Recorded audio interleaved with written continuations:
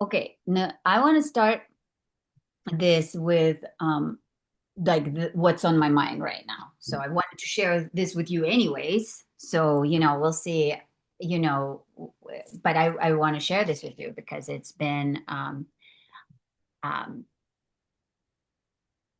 a really transformative week for me. And the reason is that I've been reading this book. I read the book. I read the book called All the Way to the River by Elizabeth Gilbert. Mm, You know who she is? of She's course. a very lovely lady. Right, right. We talked about it last time, right? Right. Yeah. So, anyways, I was reading it, and I had this like incredible experience with it. But then all after reading it, last Tuesday, these floodgates opened up. Mm, And my entire like life has been like rearranging and shifting. mm, Why? Because what I'm realizing now, and I like I wrote this down the other day. She kind of, I think this book is revolutionary. And when I say revolutionary, I'm not using the word lightly. What I mean is like she is trailblazing this way mm, into breaking, like blowing off the door of shame, like blowing up and blowing open the doors of shame and stepping out there and saying, no, this is actually what's really up. This is what we're all carrying. This is what we're all feeling. She's not saying it like that. She's just telling her story. But by mm, telling her story in the authentic, um, this brave, courageous way, she's blowing up these doors. And mm, for those that, for whatever reason, are ripe and ready, which I guess I am, is just it like, and what's blowing my mind is that some of the things that I've stumbled upon in the last week, that I've dug up in myself in the last week, I I mean, 25 years of, ayahuasca and self study and so none of it had ever touched this stuff. mm, None of it had ever gotten to these pockets of deeply held shame in the body. Not the shame that you can like name with your mind. Not the mm, shame you can, oh well, this was bad and this made me feel this way and that. No, no, no.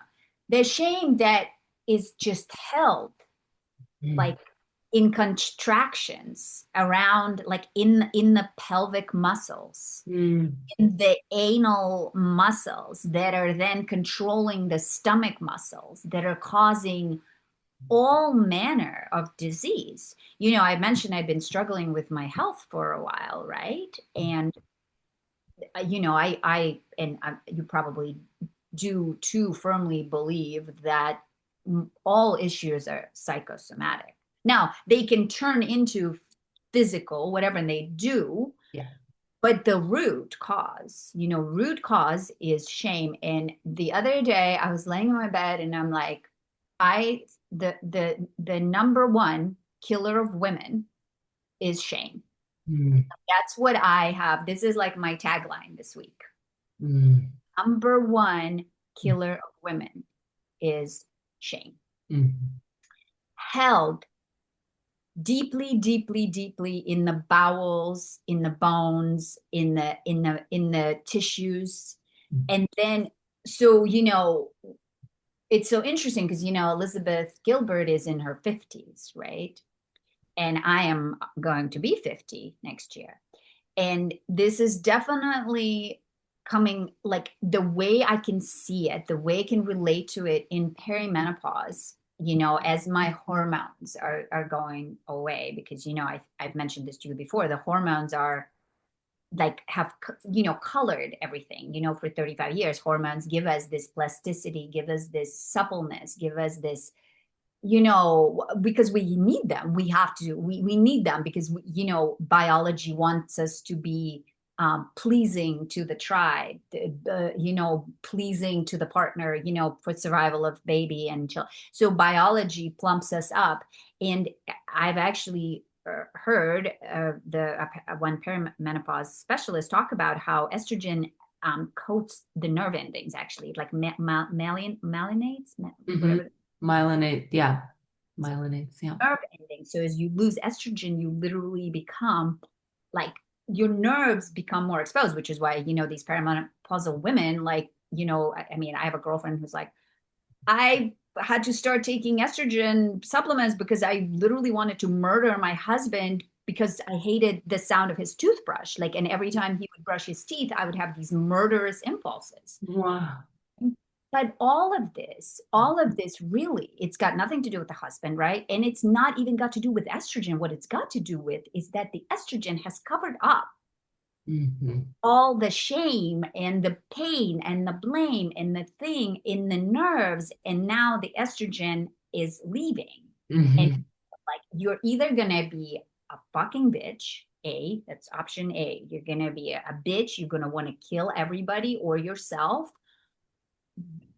B, a lot of women are going for hormone replacement therapy, Mm-hmm. which, I mean, that's a really controversial topic. And if it helps people, that's great. I think that it doesn't in the long run help, because I think that what we need to do is actually deal with this. Otherwise, I think we need to deal with what the estrogen's been covering. I mean, that's why it's leaving, right? That's why it's leaving. Like, we have this. And um, so it is interesting that it is in perimenopause. Like, Elizabeth was also in her 50s, right? So I'm feeling this, this thing, in probably a different way than somebody who is like 30 or 40 who will read this book. For me, it's like, oh my God, like, Mm-hmm. but I am like ahead, right, of the curve here, ahead just by in age, and I am saying that it's coming for all of us, right? And so this shame, that, you know that's held, um is really killing us. And so now I'm going to make it personal. I'm going to tell you this story. I haven't told this story to anybody, and we're recording this, so I don't know if we'll even release this, but maybe. But I'm going to tell you the story. So I want to contextualize this. Like, I don't want it to be an abstract conversation. I want to contextualize this. So the memory that came up for me is the following. Um, when I was 13 years old, I don't know if it was 12 or 13, my mother, who had been a pretty bad alcoholic by then, she was kind of really going downhill. By then, she would, sometimes not come home for, like 24 hours or whatever. Like, and like we used to, my grandma and I used to like look for her, like call people, and stuff like that. But, we had kind of given into it. She was bad. So, anyways, my mother comes home. Must have been like a Sunday or something, or Saturday, daylight, I remember. And I still remember everything she was wearing that day. Mind you, I don't remember a lot of the things from my childhood, but I remember what she was wearing that day. So my mother comes home, and I see that her pants are torn up, like her pants are torn up and tied back together. And then underneath them, there is her underwear, red, also torn up and also tied together. And then I see on the back of her head, there is a caked, bloody spot in the back of my mother's head. So 12 or 13, I don't remember. I don't think that I'd ever heard of like rape before, or knew much about it. Like, it wasn't on television in Russia. It wasn't like a thing that was talked about. It wasn't on the internet. We didn't have it. You know what I mean? But I mean, I immediately knew that my mother was raped. So I go, I say, I mean, we're freaking out, right? We're like, what happened to you? What's going on? And she's like, "Mm." Like, she's kind of out of it. She's like, oh, whatever. Like, she's not saying anything. She's not telling us anything. And she's like, my grandma and I are like, freaking out. And then she's like, oh, you two need to stop clucking, clucking, like blah, blah. So anyways, I'm like, holy shit. So we call the ambulance, because in Russia at the time, ambulance, police, and fire were gas were separate. So, you call the ambulance, specifically the doctors, So we called the ambulance. They came, they go into her room, and then 10 to 15 minutes later, this woman comes out, and she goes to my grandma and I, and she goes, and she like scolds us. She's like, God, you two are what, like, shame on you. Like, what are you doing? Like, like, why are you like blowing this out of proportion and creating this, thing here? Like, let the woman, like, don't you have any respect for like her privacy and her whatever? Like, why are you calling the this? So she totally like shamed us. Приструнила, as we say in Russian. Like, she shamed. And then they left. And I went into my mother's room, and I was, tried to talk to her, and she was just kind of like out of it, falling asleep, maybe drinking some more. And then this was never talked about. This was never again. My mother never spoke about it. I never spoke about it. This was like, this was buried. What's interesting is that I have this memory. I've always had the memory. But up until last week, Tuesday, I have completely repressed the emotion that I felt at the time. Okay. I completely repressed it. I had the memory in my mind, but I had no emotional or physical reference for this memory. And then out of this cosmic nowhere, this memory just like surfaced, the emotional memory, the shame, the like, I mean, the grief, the horror of not only witnessing my mother in that state, but also witnessing her complete lack of, real like responsibility, like lack of like even caring about, that she was in such a state by then that she, didn't even care. Right. So I cared, right? I cared. I took all. You took it on. I Yeah. took it on. I carried it. And even more so, I mean, I've been pondering this for the last week. What I realized is that in Russia, as actually is in America too, back then for sure, and it's probably still now, and as in a lot of other countries, you are blamed for being raped. You are in, so the like, they say victim blaming, right? So the shame is put on you. So that's why the ambulance lady talked to me the way she did, because she was like, you're exposing this shameful occurrence that happened to your mother. It's not criminal. It's not wrong. There is a shame. The shame is on her. Yeah. On her. And then because she was too drunk to face it or take it, I took it, right? I took it. I've carried it in my body for my entire life. Wow. I mean, what I did, I mean, I see this now. What I did that day, I completely disassociated from my body, because I couldn't live in my body with what happened to my mom. I couldn't. So, because there's no process, nobody talked to me, whatever. I disassociated. I went the fuck out of my body and I've been away for 37 years. I also completely gave up. I gave up because I gave up on, because she gave up. She was giving up on herself. So, again, as a coping mechanism, I just was like, I kind of gave up on my mother. By giving up on my mother, I gave up on myself. I gave up on life. I mean, I've lived a life of apathy. I've lived a life of apathy, like low grade apathy, right? Because, if you know me, I'm always like doing and full of ideas or whatever. But if you really look, I don't really execute a lot of ideas. I don't really follow through on a lot of ideas, right? well, I'm not here. I'm not here to follow through. I mean, you need like to live in material reality to follow through on things. And you also need to like care. Mhm. I didn't care.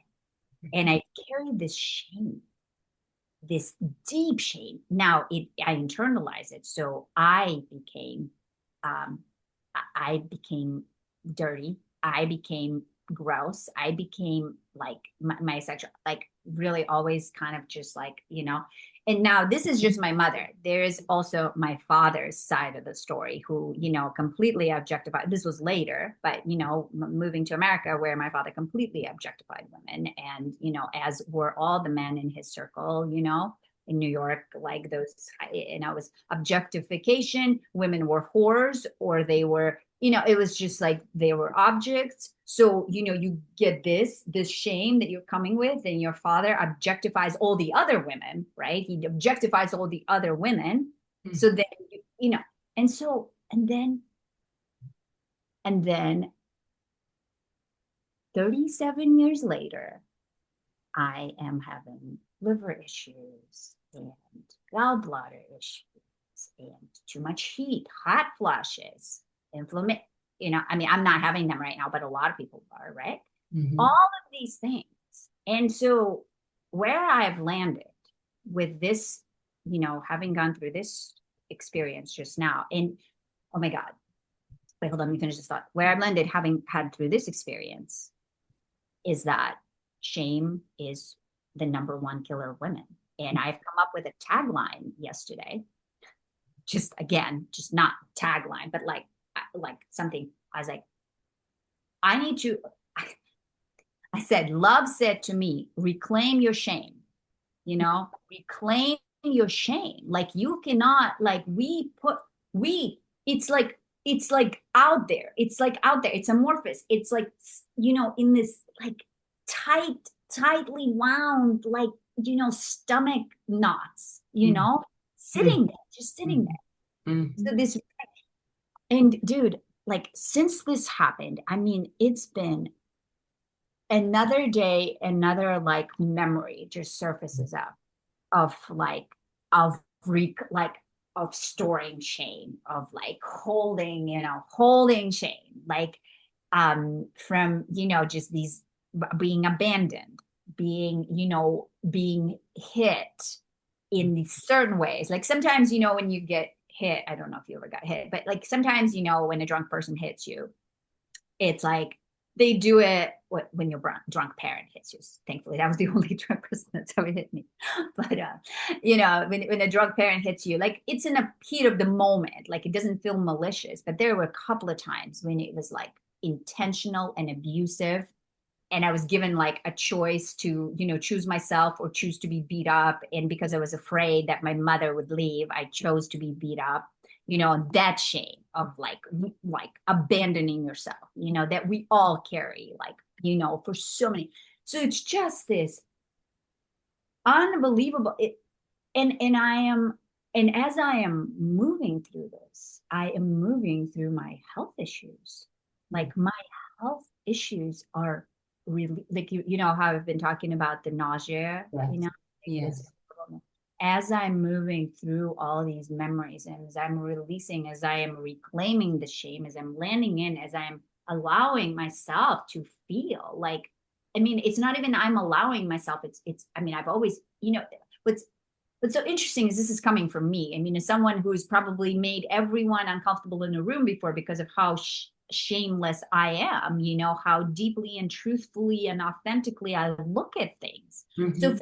someone like me to Mhm. be like, oh my God, I have, that's like, I don't even know what about other women, because if I am only now stumbling upon this in myself, and how deep I've dug, Mhm. then like Yeah.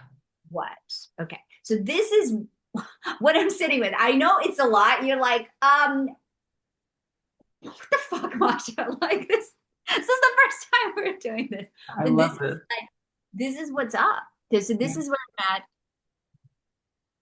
This is what I wanna. this is what's up this week. Fuck yeah. Yeah, it's really, really potent. I mean, I'm feeling it in my body as you're talking about it, and it feels like actually, yeah, I'm feeling floodgates opening. And it feels very thematic, feels very important to be talking about this right now. Um, just sensing into the energy of the collective.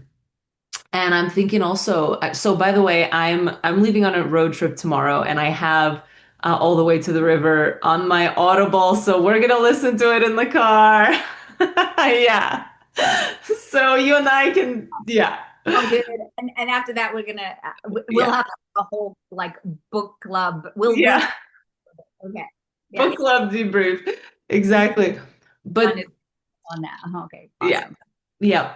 And I'm reading another book right now that's just one of the most important books I've read in my life. I think Alice Walker said this about this book too. Was it Alice Walker? I think so. But it's called The Great Cosmic Mother, and it's by Barbara Moore, I believe, and the Scandinavian, I believe she's Swedish painter, um, and uh, yeah, her paintings are in the book. I forget her name, and I probably can't pronounce it properly right now anyway. Um, but it's an incredible book that talks about basically the history of humanity being mostly matrilineal meaning in contrast to the patriarchy, right? So for at least a couple of thousand years, we've had patriarchy. But before that, that actually much of society was matrilineal, and matrilineal meaning it's not matriarchal because the feminine by nature, and I'm not just saying women, right? But the feminine quality, the feminine aspect, doesn't wish to put human beings in hierarchies in general, right? It's more of like a circular and connected structure. So and the idea is that this has been lost, through the patriarchy, and that a lot of this history is not discussed, right? The matrilineal history, but that there is a certain kind of health and well-being to the collective that's possible when we go back to matrilineal cultures, and something that they carried.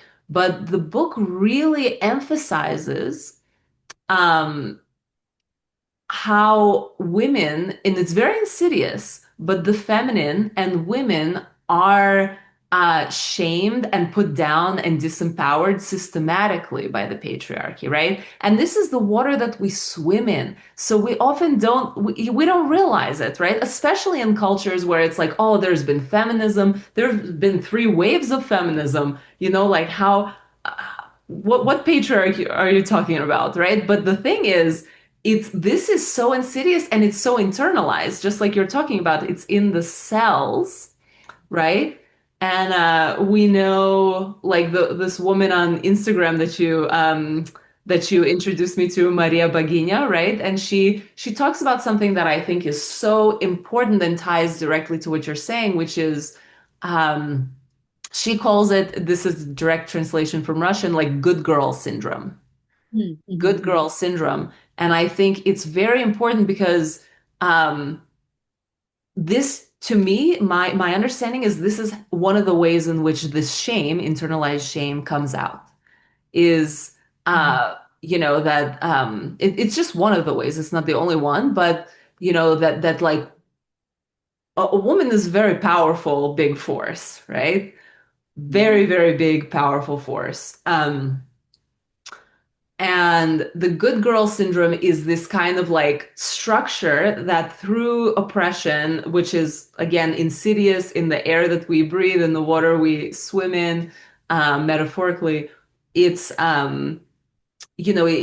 we're inculcated to make ourselves small, right? And it's like, only if I'm small can I be okay. Only if I'm small can I be, relatively safe. Only if I'm small can I be tolerated, can I be loved. I'm not too much for anybody.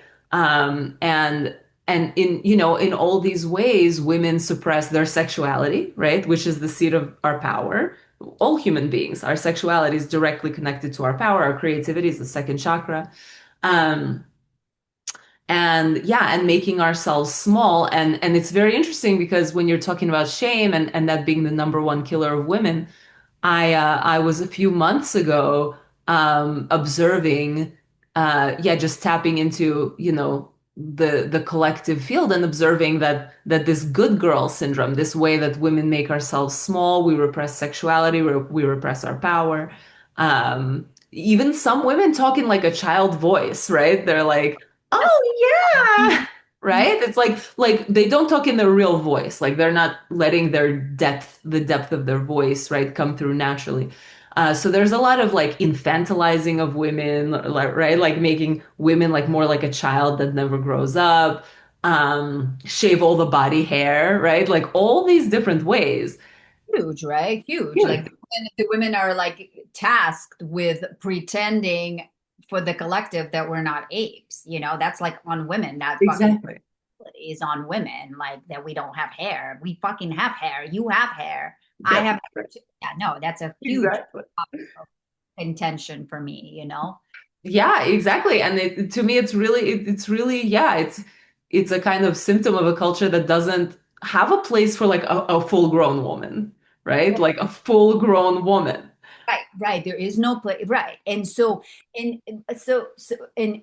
here's the other thing is that like it's also unsafe. Like you said, it's unsafe. And it's not just like unsafe, emotionally or intellectually. It is physically unsafe because men are a bigger species. It is bigger in size. Physically, So yeah.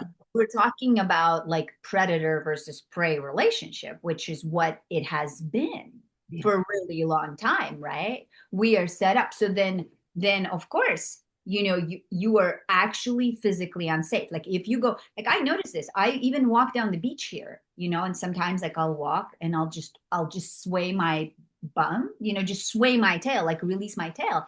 And I'm very aware Mm. that this is one of the few places that are still safe in the world where I can walk like that and not get catcalled and not get, myself in trouble, Right. not have a man come up and just grab me because I am swaying, I'm walking in the way that's healthy for my body to walk, Mhm. Mhm. swaying my thighs and in swaying my tail. This is just a healthy way for the pelvis and for the Mm. bone I structure. love it. And Yeah, it's not love it. safe.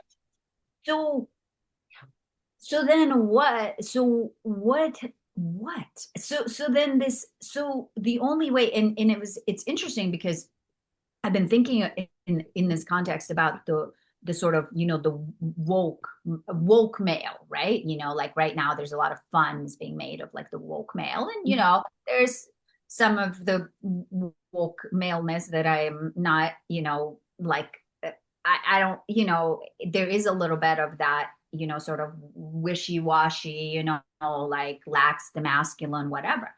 But here's the thing, because I think that what, like when I say, well, what do we do? I think that the thing that could save us, all of us, humanity, is cooperation, right? So what the woke male seems to be doing, at least, is, they might not be like fulfilling all of their masculine, qualities and expectations, but at least they're trying to cooperate with the feminine as opposed to dominate, Yeah, to, absolutely.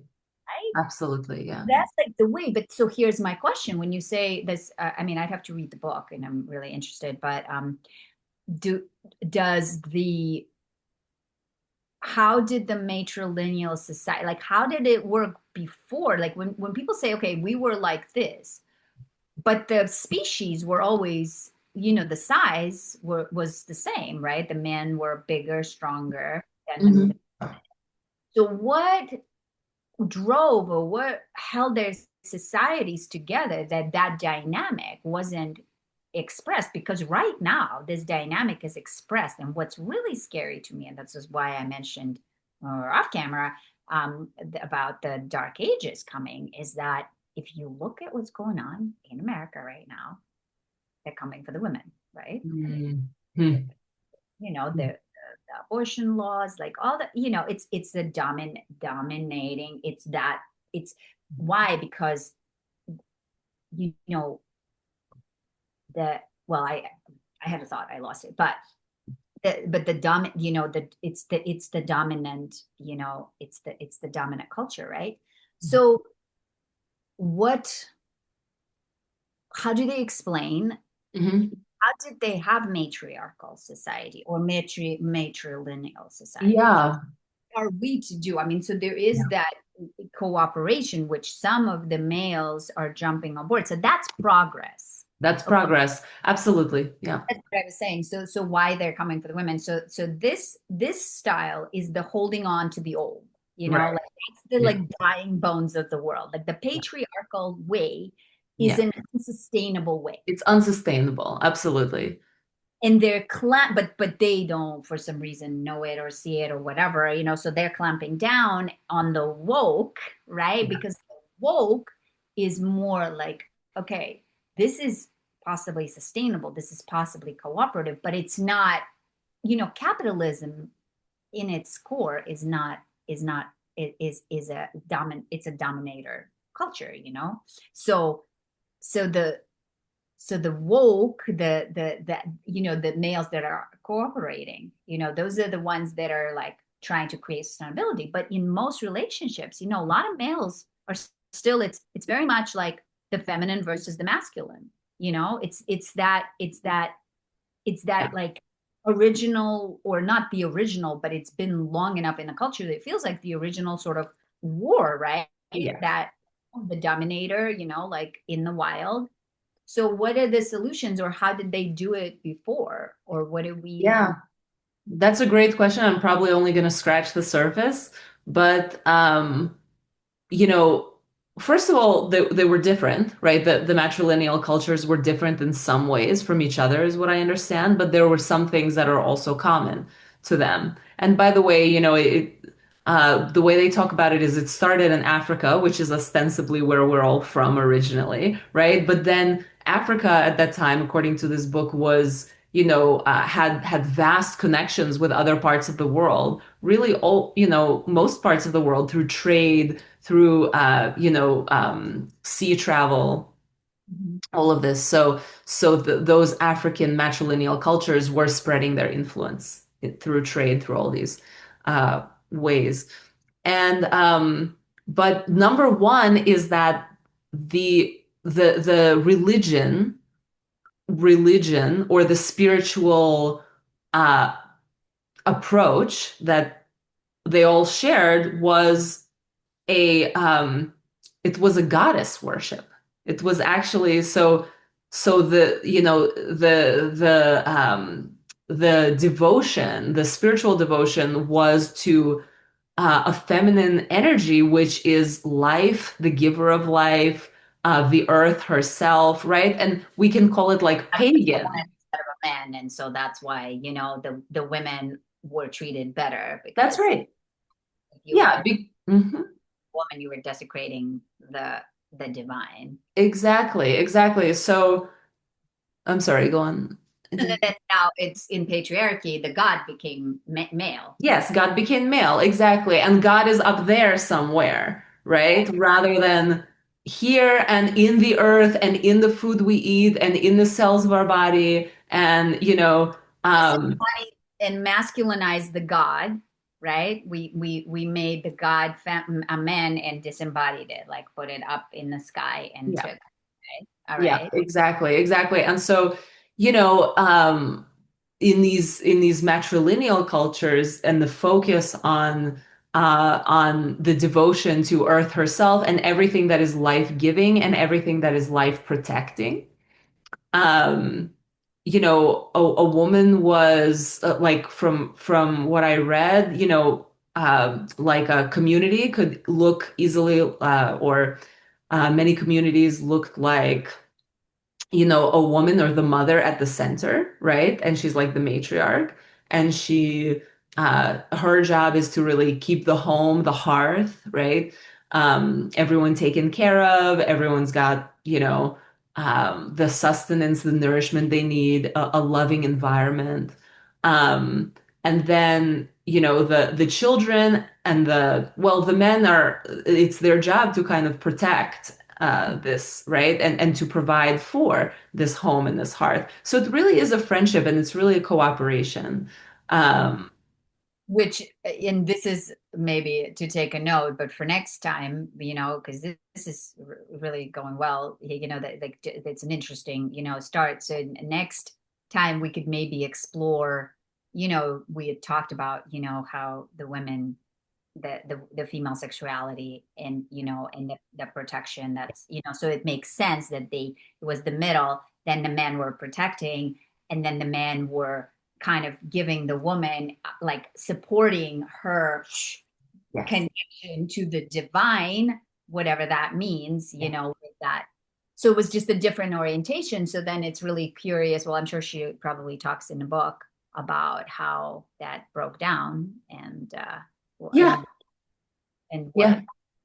what caused the demise. So what caused the demise, if you could tell me in one sentence, and then what are we what are the next steps? What are Like, the next steps? Yeah.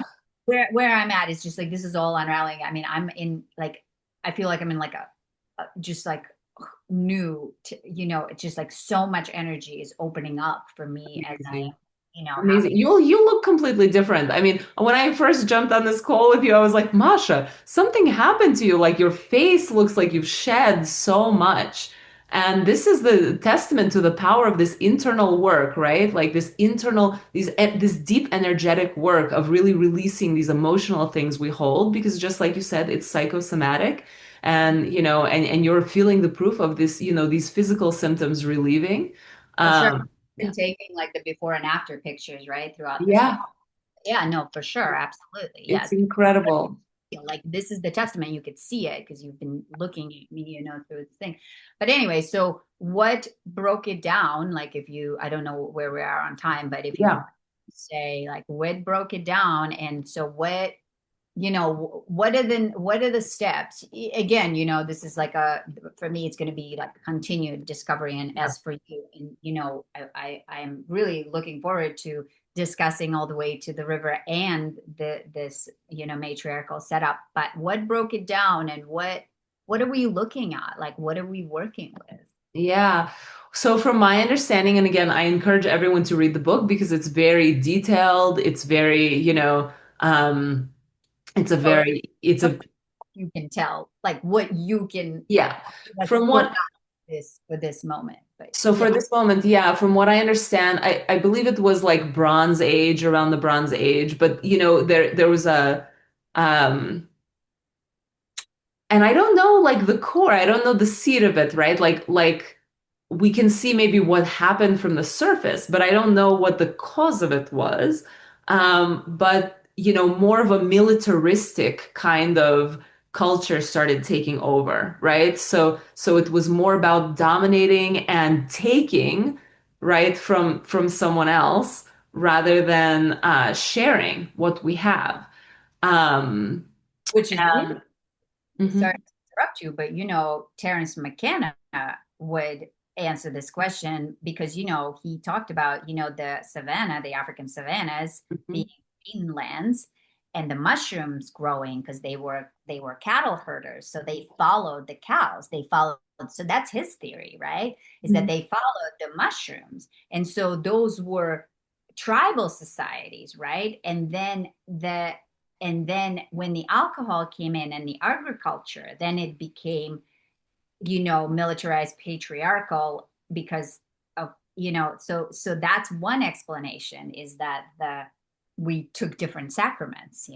No, that's a really, really important thing to yeah, to start looking into, I think, is yeah, the different sacraments and how they affect our consciousness, right? Um, but yeah, so at some point this more militaristic worldview and approach took over, and the separation from Earth and the trying to control Earth rather than working with her, like in the hunter-gatherer culture, right? Like we have to have a relationship with plants, we have to have a relationship with animals, um, in order to survive, and we have to have a relationship with the cycles. And that changes, right, when we get into agriculture, and it definitely changes when we get into industrialization. So, so that's my understanding.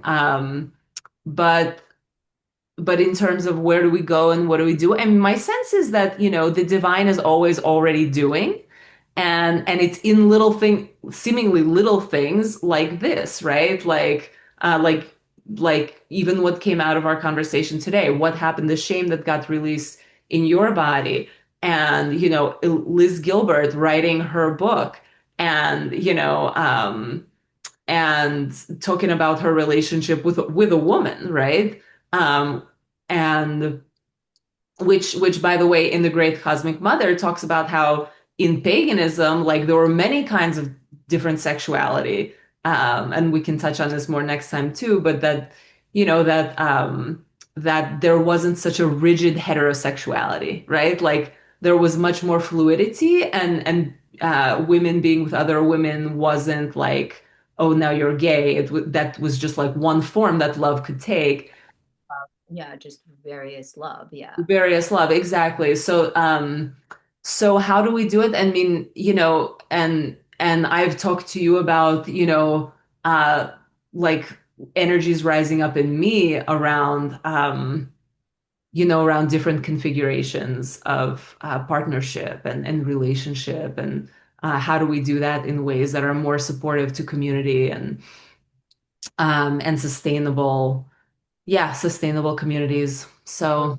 I'm just writing. I just write that I'm writing thoughts for what we could talk about next time. Because Continue about. Yeah, no, exactly. So I'm so glad you're writing it down, and yeah, I feel that it is, it happens inside of us. It starts inside of us, and these things might look silent, like nobody's seeing it right now, but they inevitably grow. And my sense is that even though, dark ages might be coming in a way, and that was prophesized by some really by astrologers that, I mean, one in particular that I really respect. But at the same time, my sense is that even though dark ages may be coming in a way, also the light is strengthening at the same amount, right? With the same intensity. And I hope so. I don't know. I know in me it's strengthening. yeah, yeah. I know in me it's strengthening. I don't know what's going on in the world. Like I think I don't know. I don't know. I hope so. I think so. I think in my community, in my personal community, it's strengthening. Hmm. But we kind of live also in echo chambers, and if you look at the news, it's the darkness is also and I don't know, what the balance is, but I mean, Right. But the news is it's capturing one particular sector, right? We don't see everything on the news. right, no, that's Yeah. the thing. I don't know, but I think again, I mean, like, to answer my own question, I think sort of, harmonizing inside our own selves, that darkness, that shame, that, not like, but like it's all part of, do you know what I mean? It's all Mm, part of existence. So harmonizing absolutely. those strands in our own selves, right? And not projecting it out, Not right? projecting it out. It's so important. Yeah, it's so important. Yeah, I think that's super powerful, and really a powerful note to end on today. Yeah. To continue. Anyways, this is a huge topic. Like I said, it just That's it. was like I didn't know how much of it I wasn't necessarily going to share all of the details, but it just kind of like came up, and came Thank out, and you. I haven't really shared with anybody this yet. So yeah, it's to be continued. To be continued. Mm, okay. Окей. Yeah. Давай выключим этот самый записку. Хорошо.